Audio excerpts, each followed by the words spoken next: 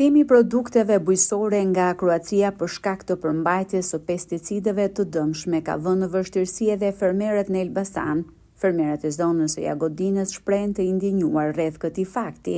Sipas tyre, një ngjarje e tillë i ka dëmtuar jashtëzakonisht, ndërsa shtojnë se çdo pesticid që përdorin e bëjnë në konsultë të vazhdueshme me agronomët e zonës. Fermerët theksojnë se janë të shumtë ata që nuk përdorin pesticide të dëmshme, por gjithsesi janë penalizuar gjatë kësaj periudhe, pasi askush nuk ua merr produktin.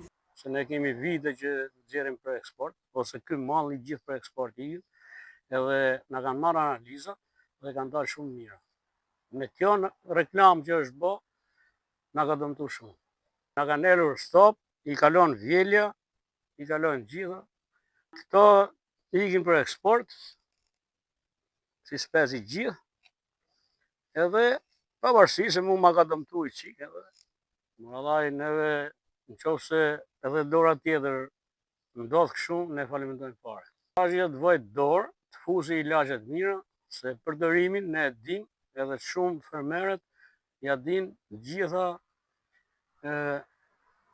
atë vjeljen, spërkatja ku ndërhyet, vjelja kur bëhat, që të dalin sa ma cilësore prodhimet tona. Shumë, nuk marrim asgjë gjë. Llogaritë molla këtë vit nuk dola bosh fare, nuk kam marrë as shpenzimet e mia.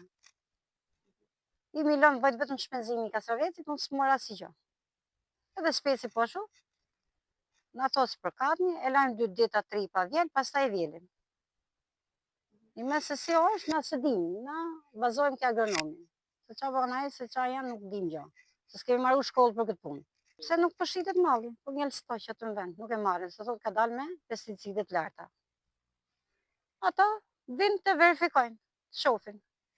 Edhe të na japin çdo bima, që ta punojnë, na punën për e bëjmë gjithë, ne marrën të edhe. Ja, pa të gjoni, hu gjithën të opse, se s'nuk shkoj fare. U përcil nga Elbasani që vetë do shteti ke neve të na ndihmoj, se po falementojmë. Jemi bëj që të marrim çantët edhe në Greqi, në Itali. Pse s'ka asgjë gjë, se tardho, jam familje 5 veta. 3 fëmijë në shkollë, me çfarë ushqejun? Ndërsa në qytetin e Elbasanit konsumatorët nuk kanë besim në cilësinë e ushqimeve që blejnë dhe konsumojnë, në fshatra fermerët po falimentojnë. Ata thonë se po dëmtohen nga ky panik, në një kohë që shteti duhet të bëjë kontrolle tek burimet kryesore me qëllim që të qartësohet situata.